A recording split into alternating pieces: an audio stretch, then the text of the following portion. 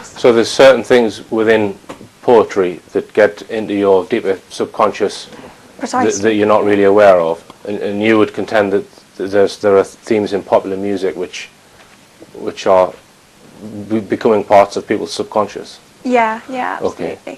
Now, before we actually, because we're going to talk about some artists, but before we do that, we were talking about the Tavistock Institute, which is a group, well, based in the UK, but it has its tentacles in various other academic establishments. And can you tell us a little bit about the Tavistock Institute, specifically in relation to music? Yeah, sure. Well, Tavistock was set up in 1921. They were funded partially by the Rockefellers. I'm sure a lot of your viewers will know a lot about the Rockefellers. And they aim to manipulate through social crisis. They're generally seen as the nerve centre for global manipulation, and music is just one arm of that. They have many different arms. They're connected to Stanford in the USA, to MIT, to NASA, all these different organisations. And you were telling me earlier that you think that we were talking about different artists, different popular icons in music, such as, I mean, we mentioned Britney Spears when Neil Sanders was on talking about this type of thing. But you even think that the Beatles were actually in some way a constructed by Tavistock? Is that, can you? Yeah, well, my research, I would point people in the direction of the research of Dr. Jonathan Coleman, who he claims he was an ex-MI6 intelligence agent. And also there's another researcher called Alan Watt.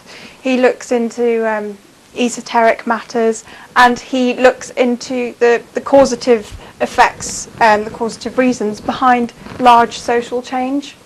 So mass social change, basically. So their work, they've really looked into the Beatles, and yeah, what they've come up with is that Tavistock manufactured them. Right. So what about Beatles fans who would say, "Come on, these are the two of the most talented songwriters of all time"? Do you dispute that? I mean, were they actually which were they writing their lyrics, or were they writing their songs, or? How does that work? Yeah, well, all of the research, really, it goes back to one man called Theodore Adorno. Theodore Adorno was part of the Frankfurt School of Social Engineering. Alan Watt contends that he was thrown out of Germany for playing with children's minds through music. What sort of year we're talking about here, Gemma? I think this was about the 30s, 40s, that kind of period. Yeah, so the Frankfurt School, they had really unclear aims. People didn't really know what they were doing, but how they decided to achieve this. They wanted to bring about some kind of social change. They didn't clarify what that was. Right. But what they said, they wanted to promote excessive drinking, homophobia, the loss of the alpha male in a family situation, reliance on social welfare, these kinds of things. Right. So this is Theodore Adorno's background. So he was thrown out of Germany, out of the Frankfurt School, was put up in Britain by the British royal family. He was big friends with the Queen of England. He was then invited to, or he was employed by the Tavistock Institute, because he also had a strong background in music. So they really wanted to utilise that as part of their programmes for social change.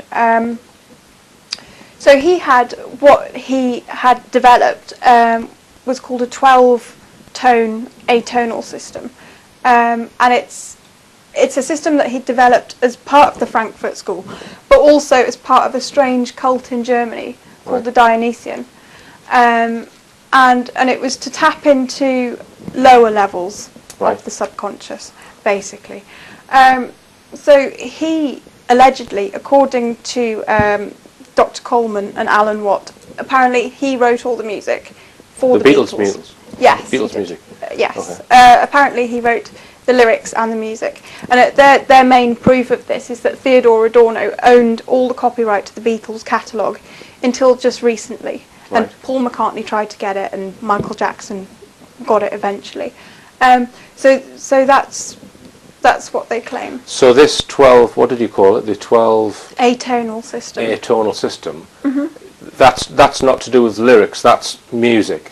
Yeah, that's purely the phonology of it. That's purely the soundscape. And does only the Beatles music use that system, or is this more widely used? No. Well, it is more widely used. It's used in hip hop music now, right? Which I think we'll go on to later. Right. I mean, I'm not too sure about what happened in the 80s and things like that, but I know that Adorno applied them to the Rolling Stones and the Beatles. Right. Yeah. And what does this musical system achieve then? Well, Adorno claimed that these are his own words, that this system would have corrosive effects on the mind. Right. Yeah. Now you mentioned also the Rolling Stones. You think that they were both constructed or being controlled and manipulated in some way? Yeah. Well, yeah. This is where the research of Dr. Coleman, that's where it led him, and he believed that they were both put out there. So the Rolling Stones were the bad boys of music, and the Beatles were the good boys of music. Right. And the reason for having the bad and good would be what?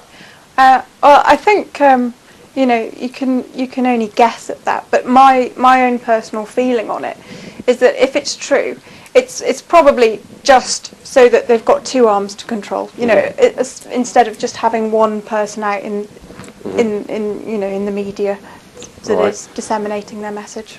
Now, obviously, John Lennon was a very influential person, and he was assassinated. And we were talking also about Yoko Ono. There are theories about Yoko Ono's influence over Lennon. Can you enlighten us on that? Yeah, I mean, there's some really interesting stuff there, and this goes back onto what Neil Sanders was talking about in your previous shows about the Monarch programme.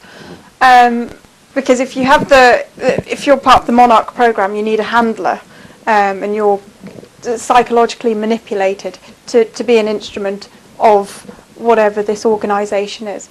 And the theory is that Yoko Ono was John Lennon's handler, and when he was about to break away from Tavistock and the negative effects that they were having, he was paired up with Yoko Ono, who comes from a very strong Japanese dynasty. Her mother is aristocracy and her father is a banker and all this kind of stuff.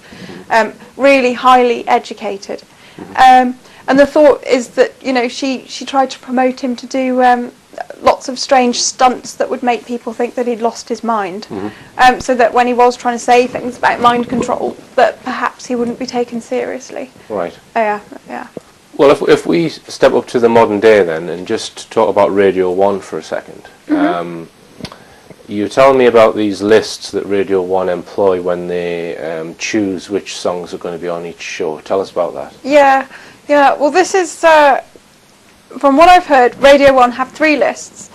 The first list has on it songs that they must play every hour. The second list is songs that they have to play at least every 2 hours. And the third list is what they have to play every 3 hours. So regardless of whoever the DJ is for that particular show, they're contracted to play what's on these lists with a certain frequency. And if you actually listen to the radio throughout the day, you hear the same handful of songs repeated constantly. And, in the past, the opposite of that would be people like John Peel, who sort of introduced bizarre music sometimes, and some of it was good, some of it wasn't so good. So you would say that the DJs on Radio 1 these days, they're not basically choosing the records at all. It doesn't appear that they do. No, it appears that they're completely controlled by commercial venture and And would you say that the Tavistock has got a hand in the choices of records being put forward? It's difficult to say, but I feel that there's definitely some controlling body, because there are certain artists that seem to in my opinion, lack talent that get promoted Right. hugely, you know, across the board, on the radio, on the TV, in the magazines, in the newspapers. So there seems to be an overwhelming, overarching agenda there, yeah, certainly. I mean, the counter-argument to the fact that all popular music is orchestrated and planned by people other than the artists, the counter-argument to that is, oh, well, we've got the internet, any band can launch themselves on the internet, they can make their own MP3s, and the band that's often cited is the Arctic Monkeys. Yeah. They made themselves through the internet, and they didn't need a corporate backing. Can bands really make it by just using the internet, do you think? In short, no. Right. Because I mean, you cited the Arctic Monkeys earlier when we were talking, and I haven't had a chance, haven't had time to go back and look at this original article that I saw last year, so I can't give you the facts, but look it up. The Arctic Monkeys, actually, there's a lot of kind of evidence out there that the bandwidth that they would have needed to actually showcase themselves to thousands and thousands of people, they didn't have it, so they were promoted by a company. But regardless of that, I think what we were just saying about the focus of the media on a very small minority of artists and giving them maximum exposure. If you are an independent artist standing against that and all you've got is your little pitch on MySpace, it's not impossible that you would make it, but it would be unlikely. Right. Yeah. Right. Okay. And when I spoke to Neil Sanders, he showed a very interesting clip of Britney Spears, and he was suggesting that she is basically a victim of mind control from a child and was handpicked to be the next child's star, sort of thing, or the star that children will look up to. And part of this mind control is allegedly creating alters or multiple personalities. He said that a lot of these artists have either multiple personality disorders or they have a stage persona which is completely different to their own. Yeah. And the clip that we're going to repeat is Britney Spears, where she appears to suddenly change personality and then flip back into it. Yeah. So we'll just take a quick look at that, Gemma, and then I can get you to comment on it. You've had a year that would test a lot of people.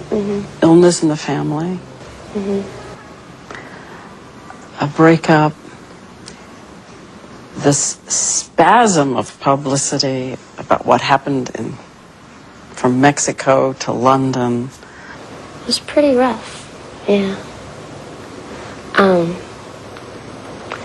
Yeah, it's kind of weird. Ah, weird. Hello. Oh my goodness. Hello. Ew. Strong Brittany. Yeah, it was a weird. Ew.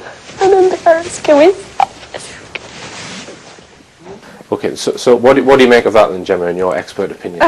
It's completely disturbing. I mean, there is definitely a switch there. I think when I watched Neil Sanders on your shows, that was the moment that really convinced me that there was something to this, because she just switches and you can tell she has no idea where she is. Yeah, Right. Really upsetting. Okay, well, we're going to go for a short break now, Gemma, and Okay. after the break we're going to be discussing some of the modern pop groups of today.